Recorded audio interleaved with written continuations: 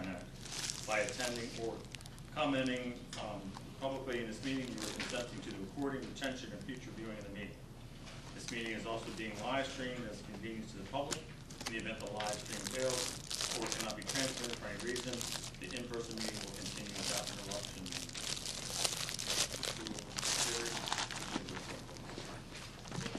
Here. Janelle Ressler. Here. Mary Brenneman. Here. Danielle Brenneman. Here. Wayne Sullivan. Here. Stephen Yerger. Here. Nick Lovell.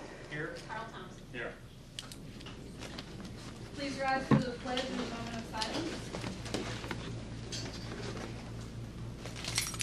Allegiance to the flag of the United States of America and to the republic for which it stands, one nation, under God, indivisible, with liberty and justice for all. Thank you.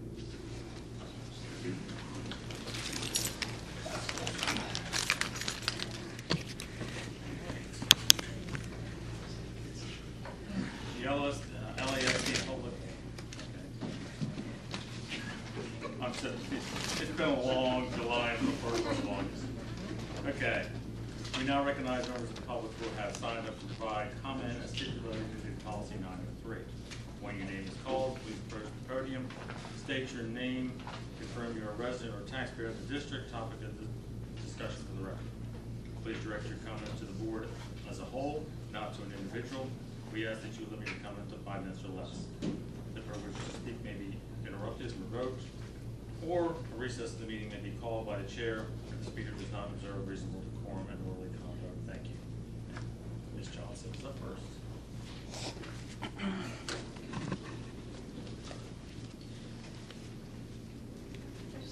Are you guys going to keep this podium here with my back to the audience, or would you mind if I moved it back over there? Go ahead and put it. Go ahead, put it. You can put it over there. Okay, thank you. I I think just we'll felt like put it having my over back here. to people. I really appreciate that. Thank you. We gotta knock some of the rust off of the procedures. Just like Trump. Carrie, why don't you Okay, first, I'd like to acknowledge and share my thoughts with the family of Dr. Lamb, the 8th grade science teacher that passed away. She's a great loss to our community. And I know that I really appreciated all her work this past year with my daughter, and my daughter really, really enjoyed it and was really sad to hear of her passing. And I know she was a great teacher and a great support system for our students. Second, I'd like to acknowledge and that I see and appreciate all the efforts that have gone into preparing to welcome our students next week, especially our custodial staff and the volunteers and staff with the band and athletics getting ready for the season. I know they've been here all summer because I've been here all summer. I want to give a special shout out to the kindergarten team with their great monthly events. I think that's been really welcome in the community. I really thought it was great that they really stepped up and went out into the community and didn't say just meet me here. They said I'll go to where the community is and meet you all at the carnival. So they were at the carnival every day last week, and I think that's amazing. I wish that maybe the school board would follow that lead and connect with the community and like the kindergarten team does and like Mayor Jen does, really connect with the community and really hear from the community where they are instead of expecting people to come here because they have other conflicts. Now, in particular on the agenda, I did look at the slides for the building project tonight, and I'm hoping, I didn't see it in the slides, but I'm hoping that we can have a better understanding of how the facility grant project fits into that schedule. I know there's some things that were supposed to be happening in the high school that was probably better to do while this work is being done on the high school building project. So I'm curious about how much that grant work has been done already, how much will be done before the project ends in December, or how much is going to be done after the main building project is done. I'm also a little bit concerned hearing about all the delays with the state budget and what impact that might have on our budget. I know that deficits are built into the, unfortunately already built into the budget. So I'm not sure if there's any need that some of the districts, hopefully not us, but some of the districts have talked about having to already go into the unresolved, unassigned funds and other reserves to kind of cover things, and I don't know if that's an issue yet for us. I am concerned looking at the general fund year to date, the last one that came out for June. There was, I know that's before the audit, but there was $825,000 deficit this year, so it is concerning that you actually have a deficit, unless, you know, something changes between now and the audit. And then of course, when you passed your budget for next year, or for this year, you budgeted in a $2.5 million deficit, so, you know, these are concerning things when you started with, you come out of last year with a deficit and go into this year with projecting a deficit. I'm also extremely concerned about the school board and the school's repeated violations of the Sunshine Act. Yes, there was a court case. It wasn't heard on merits. It was dismissed on a statute of limitations and procedural error. But that just means that you should be taking this opportunity to correct yourselves before you end up back in court. But instead, you continue to blatantly show blatant disregard for open government and just excessive and unnecessary attempts to limit public participation and transparency, including with the right to know law. You tried not to give me, you tried to deny my request, and unfortunately the state saw that you were trying to hide records and ordered you to turn over records by this Friday. I'm also concerned, particularly the Sunshine Act violations that are continuing. I just want to remind you that every person attending a meeting here has the right to use recording devices to record all the proceedings. And the public can't see or record all the proceedings when board members hide behind mirrors or large bags, such as we see tonight with Janelle Ressler again. We also cannot record everything in that one row of seats because you cannot see that side of the table. So that's why that's not a reasonable rule. That one row of seats does not allow you to record Mrs. Ewan or anyone else sitting beside Mrs. Ewan. It's not reasonable. The law allows you, Susan. not only does it have to be reasonable. 5 minutes is up. Okay, thank you.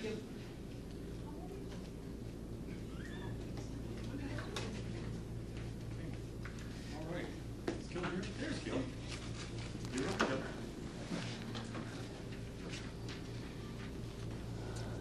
Forgive me, I'm moving kind of slow. I had some physical therapy today on my knee, and as we all know, they don't call it pain and torture for nothing.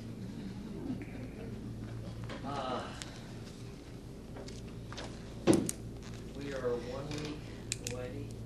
The teachers coming back today, and a little bit more than a week away from the students coming back. And I'll try and bring you up to date on where we are. Those are the stats of the project. The phase 2 completion date, 7/25/25. Some stuff was turned over to the district, but not all of it. The problem that I'm having is that we've started some phase 3 items early, and we're finishing some phase 2 items late, so it's kind of hard to get a handle on exactly where we are. Most of the stuff is done that should be done. I think what's furthest behind is the terrazzo patching and polishing. They've been working evenings to try and catch that up. Contract duration 27 months, number of months expended 23 as of 6/13. And we lost 1 day for weather, and we lost 2 days for that unfortunate fire that it had at their substation. Next slide, please. We are dealing mostly with the areas that you'll see, area F, area D, and area A. Area E is just about done right now. That's the classroom area. Classrooms are being waxed and sealed off. Final things are being done, the code base being put down and all that. Next slide, please. The classrooms in Ewing are completed. Casework is done in the science rooms and the other areas that need it. The new entrance at that far end of the building at Ewing is complete. lighting in E-wing are complete. Bathrooms, the renovated bathrooms in E-wing are complete. Section D corridor and the front entrance is about 95. Now that's, what I'm calling the front entrance is there by the office, and that's the area where they're working on the terrazzo. So that's kind of a beehive of activity right now. Cafeteria demolition is completed and the renovation is about 95% complete. The cafeteria itself is about done. We're using it to store furniture temporarily as they take it back out into the building. The serving line is not done, but there's a plan to set up a temporary serving line. Next slide, please. Yeah, it's about 90% complete. We're waiting for the equipment to come in. New kitchen, about 65% completed. You'll see a couple pictures of it in the slides. The commons area is about half done. The learning staircase, rough end of the learning staircase is done. A lot of the ceiling areas are being worked on right now. The IT tech area is complete. Guidance counseling area is complete, and the gold gym is about 95% complete.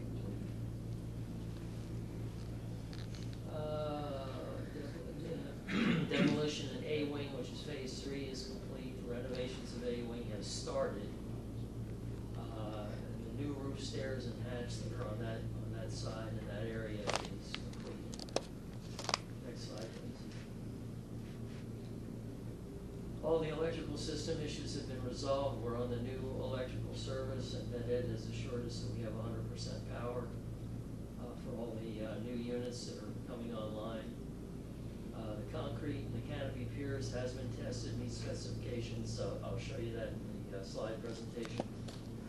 And the building is switched over to the new gas service completely. Next slide, please. Again, the terrazzo floor finishing is running behind, and they shifted to night work. That date is wrong. They're working night work right now, and day work. Next slide, please. Original project cost $57,337,869. Pay apps approved to date $38,675,000. From here that looks like $885,000, and the net change by change orders to date is $788,303. Next slide, please. Okay, a couple of you had questions on the concrete in those piers that we were concerned about. And if you look at that setup, what they do is they take the cylinder that they remove from it, they put it in a big hydraulic press, and they basically put pressure on it until it blows up or explodes, or whatever you want to call it. Sometimes they crack like you see on the right, sometimes they just shatter like you see on the left. Those tested out at slightly over 4,000 pounds per square inch, which is what the specification called for. So we're calling that good. The holes have been repatched with the proper grout, and they're in the process of finishing that loading dock in those pier areas. Next slide, please. That's one of the middle school science rooms. The new area, that's what it looked like on the 23rd of July. Next slide, please. And that's what they look like now. That was 8A4. With some of the existing casework, some of the areas have partial existing, partial new casework in. Next slide, please. There's a typical classroom. You can see the new flooring, the new whiteboards are in, new windows are in, the painting's done, the ceiling's in. It's pretty much ready to go. Next slide, please. That is the classroom corridor, one of the classroom corridors. And you can see that the terrazzo is in the process of being polished there. The tack strips are all up. The rooms are basically ready up there. That's all in E-wing. Next slide, please. That is the entrance to the library, the new entrance to the library. The area on the right with the yellow carpet is the middle school commons area. There's a bunch of furniture furniture that goes in there. That's the old ramp with the carpeting, and then you can see the new ceiling and new lights, new area in there. Next slide, please. That's the library itself. Furniture started to go in there today, I believe. Next slide, please. That is the entrance area. On the left of the photo is the front entrance. Those are the pillars that'll be, on your right is the entrance to the commons area. This corridor going away from the photo is towards the guidance and the main lobby area. Next slide, please. That's the lobby area. The ceiling was going into that today when I was there, so that ceiling should be pretty well done by the end of business tomorrow. Next slide, please. That is the new guidance counseling area. It's hard to get a good picture. There's a desk here, there's a reception desk here, and then there's offices all around the perimeter area of that. Next slide, please. That's one of the areas near the auditorium, the new terrazzo flooring with the new logo in it. That's polished as of now. It looks like it's been totally polished. That was the first cut that they took on it. Next slide, please. That is the gold gym. Floor covering's still down on it, but that was on the 2nd of July after it had been painted. Next slide, please. That's what it looks like as of the 4th of August with the sound deadening color panels up on either end. Next slide, please. That's the commons area. Looking at it from the cafeteria slide, the front entrance is back here in the back. You can see the curved ceiling features being put in there. Your learning stairs would be on the right of that photograph. Next slide, please. That was the beginning of the learning stairs with the steel framework being put in. Next slide, please. That's with the steel plates, and you can't see the steel pads for the concrete, but the steel pads are in as well there. They were finishing welding them up on that side of the stadium. Next slide, please. That is the cafeteria, and you can see the furniture being stored in there. New flooring is down, so the covered it to protect it. Next slide, please. That's part of the new kitchen. You can see the exhaust to it. There's another one on the other side of this wall here that's going in. The cooking equipment will be under that hood. The flooring is in, done, and covered for protection. Next slide. That's in Building C. That's the cardio weight room with the new flooring that finally came in. They put that down last week. Next slide, please. That's the elevator going in C wing. That's they're still working on that. It's doubtful if it'll be done for the start of school, but it'll be done soon after that. Next slide, please. That's the front bus circle being paved. That's completed now. Next slide, please. That's the artist rendering that you're probably sick of seeing. Next slide, please. That's the picture as of June the 2nd. Next slide, please. That's another view that I took on the 25th of July. You can see it's mostly finished off. There's some trim pieces that still need to be put on. Next slide, please. That's the back end of the building, which I haven't shown you very much of.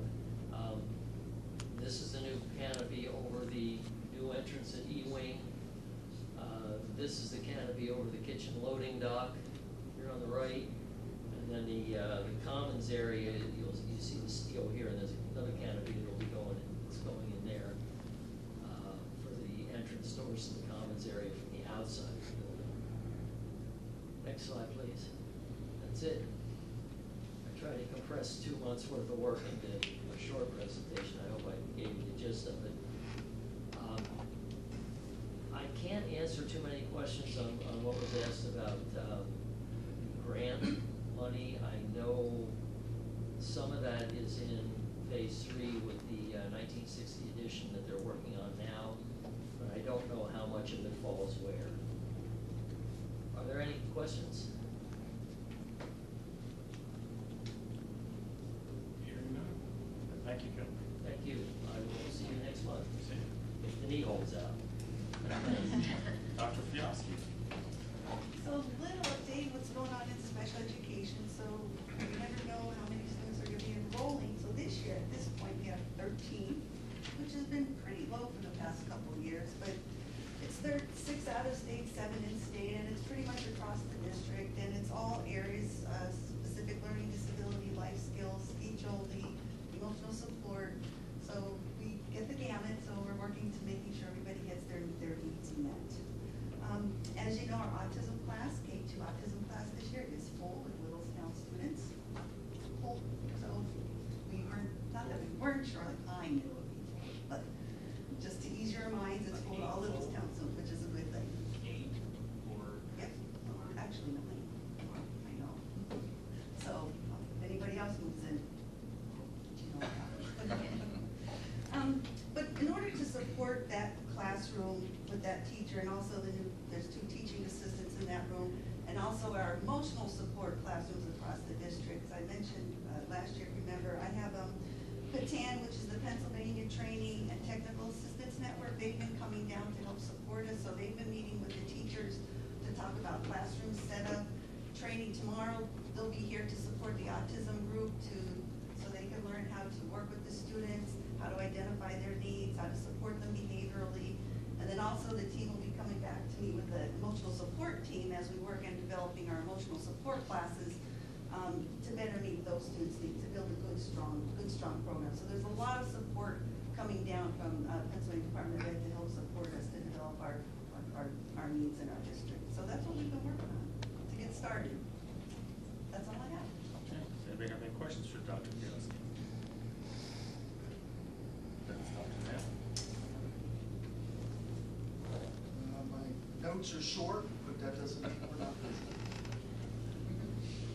Keep that in mind. From a tech standpoint, Gil gave you a great overview of the project. Now that everything is waxed and furniture is moving in, now tech gets an opportunity to get into classrooms and make sure those end devices are in place. So that's access points, that's phones, that's moving a graphics lab into a temporary classroom, getting that set up, and all the other associated things with regards to all the needs that are occurring in the building project.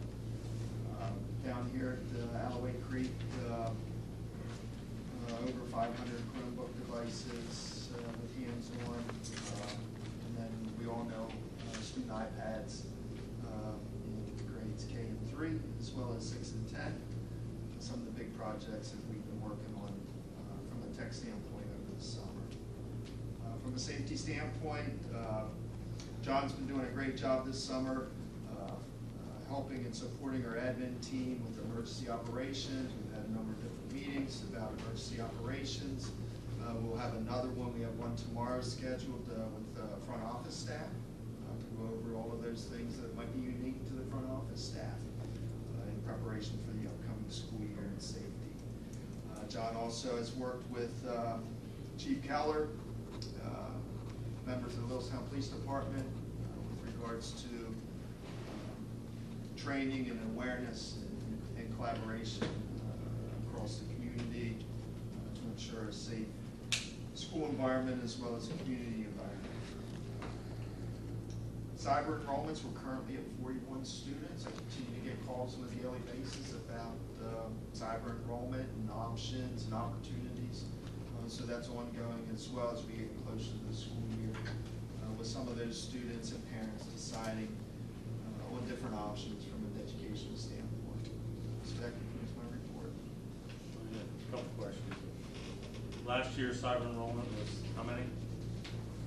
I'd have to go back and look. It was around 55 55, 60, and then we had about 10 IEP students through the LIU. So we were approaching, I'm going to say 70. So we're in better shape, which means We're a little lower, but we had a large senior class last year that was of cyber students. So I haven't lost any of my current cyber students from last year and years prior, and we're also adding some new students as Well, well. hoping they were coming back into the building, so that was not what I was hoping, so. I'm trying to think, I don't think we have anybody coming back into the building. I think maybe one, to be honest with you, at the high school level.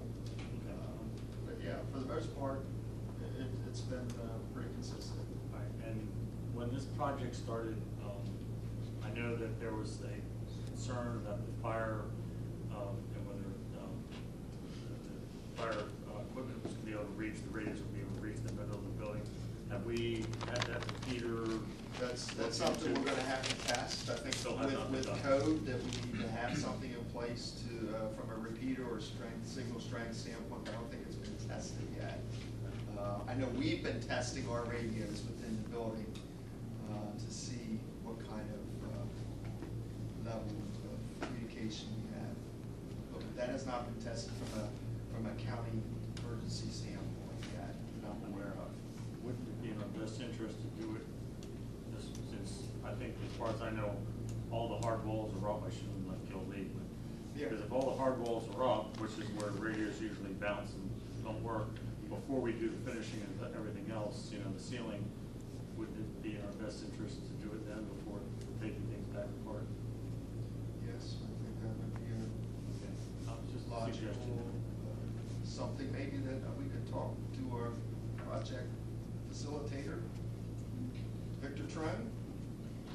I just know it was an issue that. Well, it's in the specs as well. Yeah, but I'm It's just- one of- yeah, I One just- of the code requirements, that I'm sure, like I said, I'm sure he probably knows more about that than I, as to where they are. I've spoken to Victor Yeah. a number of times.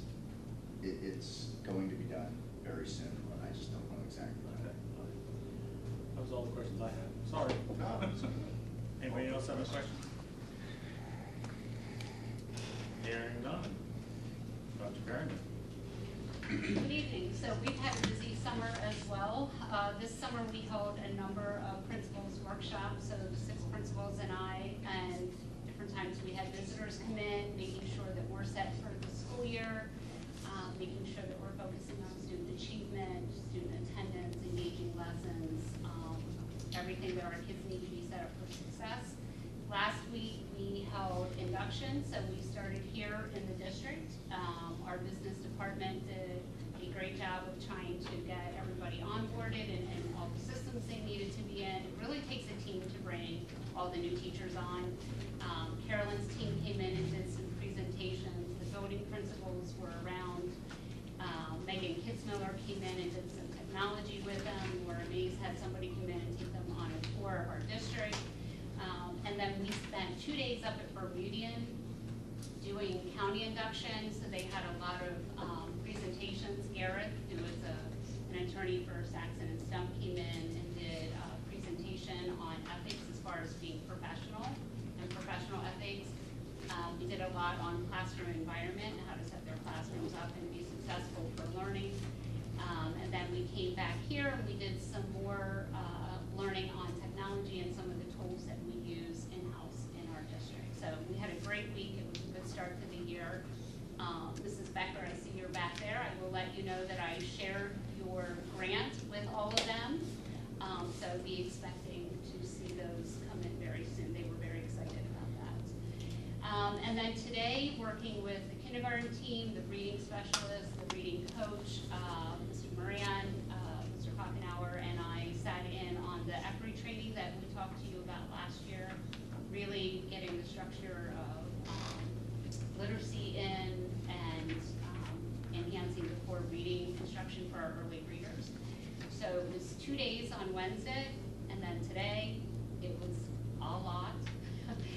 With school starting next Wednesday, you can imagine. So the teachers were great. So if you see them, again, this K team has been very busy this summer. So if you do see them, make sure you thank them. It was a great training. It's a lot lot of information that I